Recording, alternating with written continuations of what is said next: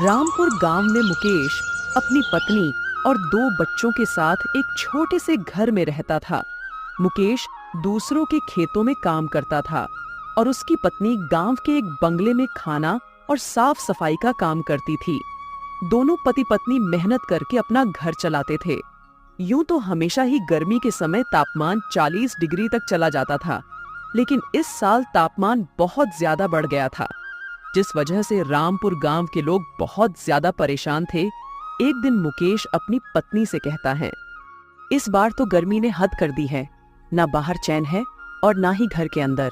धूप इतनी तेज निकल रही है कि काम करना मुश्किल हो गया है। घर से निकलते ही पसीना बारिश की तरह टपकने लगता है। इस गर्मी की वजह से तुम्हारी हालत कैसी हो गई है। तुम काम के लिए सुबह घर से जल्दी निकल जाया करो, सवेरे सवेरे काम खत्म करके घर जल्दी आ जाया करो। धूप में काम करने से बीमार पड़ जाओगे। तुम सही कह रही हो, मैं अब सवेरे सवेरे काम खत्म कराया करूंगा। अब मैं काम के लिए निकलता हूँ, वरना धूप बहुत तेज हो जाएगी। इतना कहकर मुकेश खेतों पर चला जाता है और झुमरी भी काम पर चली जाती है।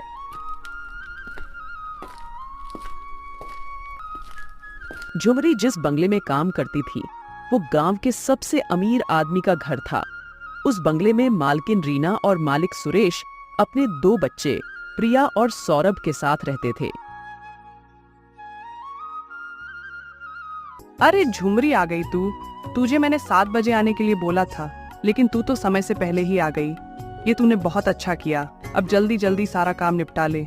आज तुम्हारे मालिक का बर्थडे है, हमें सारे काम 2 बजे से पहले निपटने होंगे। मालकिन, मैं पहले जाकर घर के सारे काम निपटा लेती हूँ। इसके बाद घर को सजाने में आपकी मदद करूंगी। इससे काम जल्दी खत्म हो जाएगा। झूमरी, तुम सही कह रही हो। काम खत्म होने के बाद तुम घर चली जाना और अपने बच्चों को तैयार करके पार्टी में ले आना। इस तरह झूमरी घर के सारे काम करने के बाद अपने घर चली जाती है तो देखती है कि मुकेश उसका इंतजार कर रहा था। आज इतनी देर कैसे कर दी झूमरी? मैं कब से तुम्हारा इंतजार कर रहा हूँ। आज मालिक का बर्थडे है, सारा घर साफ किया था, इसलिए ज्यादा देर हो गई। मालकिन ने दोनों बच्चों को पार्टी में बुलाया है, इसलिए मैं दोनों बच्चों के साथ पार्टी में जाऊंगी और वहाँ से तुम्हारे लिए खाना ले आऊंगी। अब झुमरी बच्चों को तैयार करके पार्टी में जाती है। पार्टी बहुत ही शानदार होती है। झुमरी के बच्चे इतना बड़ा घर देखकर कहते हैं, भाई ये कितना बड़ा घर है, बाहर कितनी गर्मी है, फिर भी इस घर के अंदर कितनी ठंड लग रही है। इस घर के अंदर तो बाहर के मौसम की पता ही नहीं चलता है।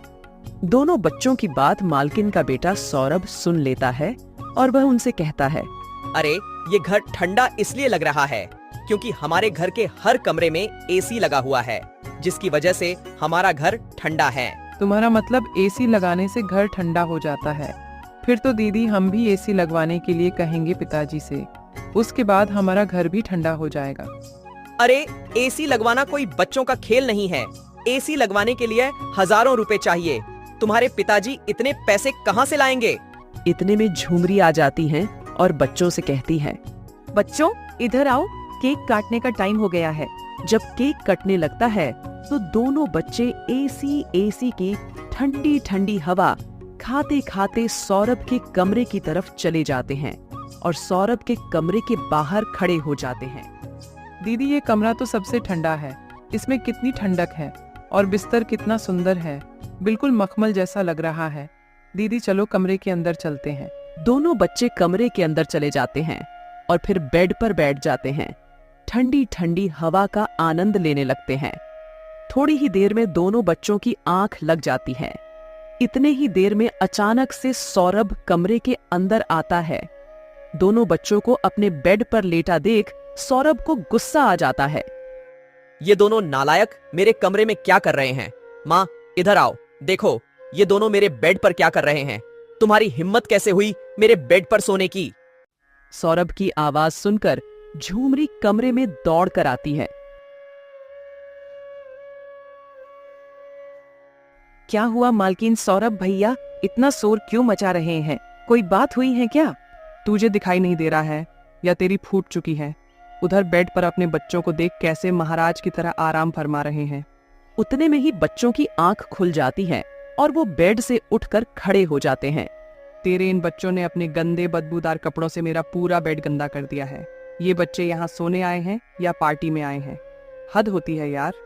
मैंने तेरे बच्चों को इसलिए बुलाया था कि इनका भी थोड़ा मन लग जाएगा, लेकिन मैं ही पागल थी जो तुम जैसे गरीबों को यहाँ बुलाया। अपनी औकात ही भूल गए।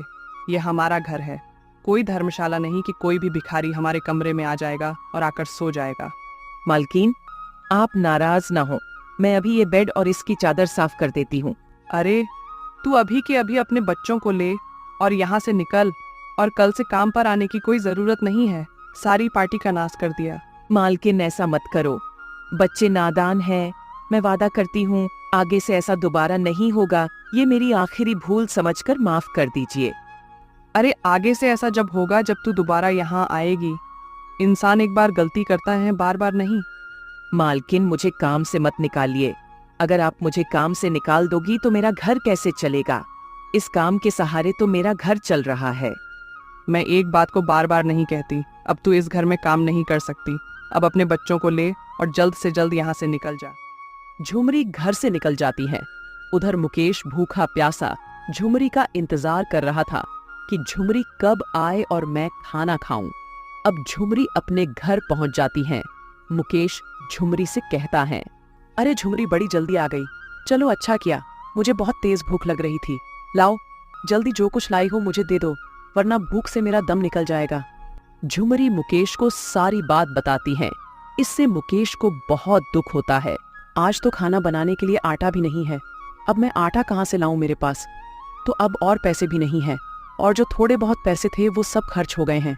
मेरा क्या है, मैं तो पानी पीकर भी सो जाऊंगा, लेकिन बच्चों को भूखे पेट नींद कैसे आएगी? उतने में ही एक आदमी कुछ खाना लेकर मुकेश के घर आता है और मुकेश से कहता है, भाई मुकेश, मेरे घर आज मेहमान आए थे। मेरी पत्नी ने खाना कुछ ज्यादा ही बना लिया है, इसलिए मैं ये खाना लाया हूँ। तुम्हारे बच्चे खा लेंगे। मुकेश खाना ले लेता है और अपनी पत्नी से कहता है, झुमरी, ऊपर वाला कभी किसी को भूखे पेट नहीं सोने देता है, इसलिए हमें हर हाल में उसका शुक्र अदा करना चाहिए। चलो, अब जल्दी से खाना लगा दो। झुमरी जैसे ही खाना लगाती है तभी एक बुजुर्ग औरत आती है और झुमरी से कहती है, अरे बेटी, मैं कई दिनों से भूखी हूँ। अगर तुम मुझे थोड़ा खाना दे दोगी तो मेरी भूख मिट जाएगी। अम्मा, हमारे घर में खाना नहीं है, हम खुद सुबह से भूखे हैं, हम तुम्हें कहाँ से खाना दे? तभी मुकेश आ जाता है और झुमरी से कहता है, झुमरी, घर आए मेहमान को भूखे पेट नहीं जाने देते हैं। जाओ, मेरे हिस्से का खाना अम्मा को लाकर दे दो। लेकिन तुम भूखे पेट रात कैसे काटोगे? तुम सुबह से भूखे हो। तुम मेरी चिंता मत करो, जो होगा देखा जाएगा। मैं जवान हूँ, भूख बर्दाश्त कर लूंगा, लेकिन अम्मा की उम्र ज्यादा है, अम्मा से भूखा नहीं रहा जाएगा। झुमरी जाती है और मुकेश के हिस्से का खाना अम्मा को दे देती है। अम्मा खाना खाकर मुकेश से कहती हैं, तू रहमदिल इंसान है, खुदा तुझे लंबी उम्र दे। बेटा, मैं भूखी नहीं थी, मैं तो तेरा इम्तिहान ले रही थी। बेटा, मेरी बात बड़ी ध्यान से सुनना। ये अंगूठी मैंने बहुत दिन से संभाल कर रखी हुई है। मुझे एक ऐसे इंसान की तलाश थी जो इसका सही इस्तेमाल कर सके। यह कोई साधारण अंगूठी नहीं है, बल्कि एक जादुई अंगूठी है। तुम इससे जो भी मांगोगे ये तुम्हें वो सब देगी, लेकिन ध्यान रहे, इस अंगूठी का केवल 4 बार ही उपयोग किया जा सकता है, इसलिए बड़ी सोच समझकर इसका इस्तेमाल करना। इतना कहकर वो बुजुर्ग औरत वहां से चली जाती है। मुकेश अंगूठी को लेकर घर के अंदर आ जाता है।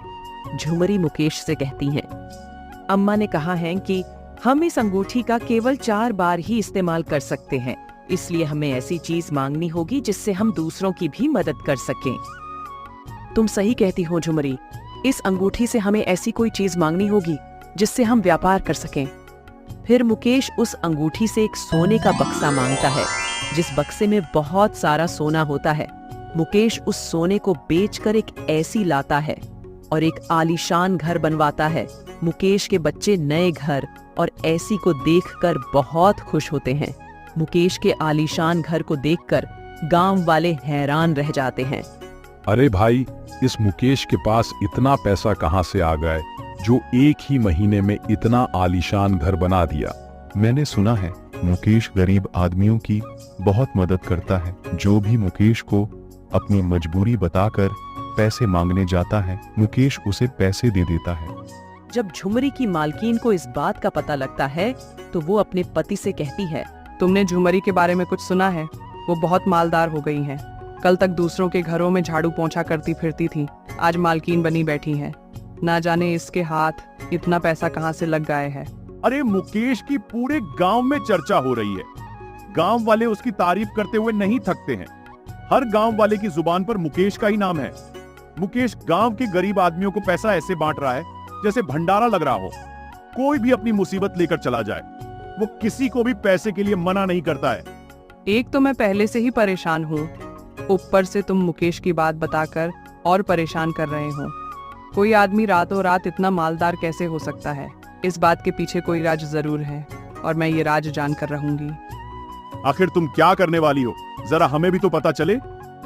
मैं मुकेश के घर एक गरीब भिखारी बनकर जाऊंगी और उसका राज पता करके आऊंगी आखिर बात क्या है। अगली सुबह झुमरी की मालकिन एक भिखारन बनकर मुकेश के घर पहुंच जाती है। मुकेश बेटा, मैंने सुना है तू गरीब लोगों की बहुत मदद करता है, इसलिए ये गरीब औरत कोसों दूर चलकर तेरे पास मदद मांगने आई है। बहन, तू परेशान मत हो। तेरी जो भी परेशानी है तू मुझे बता दे, मैं तेरी जरूर मदद करूंगा। अगले महीने मेरी 2 बेटियों की शादी है और अभी तक मेरे पास 1 रुपए भी नहीं है। अगर तुम मेरी दोनों बेटियों की शादी करवा दोगे तो मैं तुम्हारा ये एहसान जिंदगी भर नहीं भूलूंगी। बहन, खुदा ने मुझे जो ये दौलत दी है वो गरीब लोगों की मदद करने के लिए ही दी है। मैं कल तुम्हारे साथ तुम्हारे घर चलूंगा। तुम बहुत दूर से पैदल चलकर आई हो, इसलिए तुम कल तक मेरे घर पर ही रहो, फिर कल मैं तुम्हारे साथ चलूंगा। मुकेश गरीब औरत को घर के अंदर ले आता है। अब मुकेश की पत्नी मुकेश को दूसरे कमरे में ले जाकर कहती हैं, अगर तुम इस तरह गरीब आदमियों की मदद करते रहोगे तो हमारे पहले जैसे दिन शुरू हो जाएंगे। इस अंगूठी से हम अब केवल एक और मन्नत मांग सकते हैं, उसके बाद ये हमारे किसी काम की नहीं रहेगी।